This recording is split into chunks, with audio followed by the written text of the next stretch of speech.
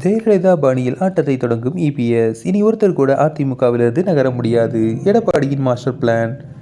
தமிழகத்தில் 2026ஆம் ஆண்டு சட்டமன்ற தேர்தல் நடைபெறுவதற்கு இன்னும் 5 மாதங்களே உள்ள நிலையில் தற்போது நாளுக்கு நாள் தேர்தல் களம் சூடுபிடிக்க தொடங்கிவிட்டது. குறிப்பாக விஜய் தமிழக வெற்றி கழகம் கட்சி மூலமாக அரசியல் இறங்கிய பிறகு திமுக மற்றும் அதிமுகவுக்கு மிகப்பெரிய போட்டியாக மாறியுள்ளது. விஜயின் வருகை ஆளும் கட்சியான திமுகவிற்கு பெரிய சிக்கலாகவே மாறியுள்ளது.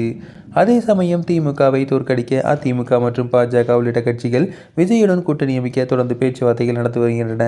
ஆனால் விஜயை முதல்வர் வேட்பாளராக இருக்கும் கட்சிகளுடன் மட்டுமே கூட்டணி என தமிழக வெற்றி கழகம் திட்டவட்டமாக கூறி வருகிறது.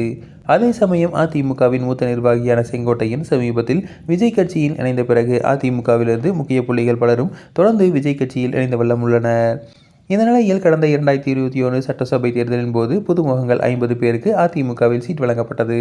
இதில் பழனிசாமியின் தீவிர விசுவாசிகள் 15 பேர் வெற்றி பெற்றனர். வரும் சட்டசபை தேர்தலில் 75 புதுமுக வேட்பாளர்களை களமிறக்க பழனிசாமி திட்டமிட்டுள்ளதாக தகவல்கள் வெளியாகியுள்ளன. தேர்தலுக்கு பின்பு தொங்கு சட்டசபை உருவாகும் நிலை ஏற்பட்டால் எம்எல்ஏக்கள் விலை போகக்கூடாது என்பதற்காக தன் விசுவாசிகள் அதிக அளவில் வாய்ப்பு வழங்க பழனிசாமி திட்டமிட்டுள்ளார்.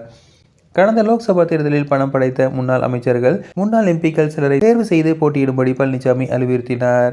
ஆனால் தோல்விக்கு பயந்து அவர்கள் தயங்கினர். இதனால் தகுதியான வேட்பாளர்கள் இல்லாமல் சில தொகுதிகளில் அதிமுக 3ஆம் இடத்திற்கு தள்ளப்பட்டது. ஜெயலலிதா பாணியில் லோக்சபா தேர்தலில் போட்டியிட தயங்கியவர்களுக்கு சட்டசபை தேர்தலில் வாய்ப்பு தரக்கூடாது என்பதில் பழனிசாமி உறுதியாக உள்ளார். அதே சமயம் லோக்சபா தேர்தலில் தோல்வியடைந்த வேட்பாளர்களில் 15 பேர் வரை சட்டசபை தேர்தலில் களமிறக்க வாய்ப்புள்ளது.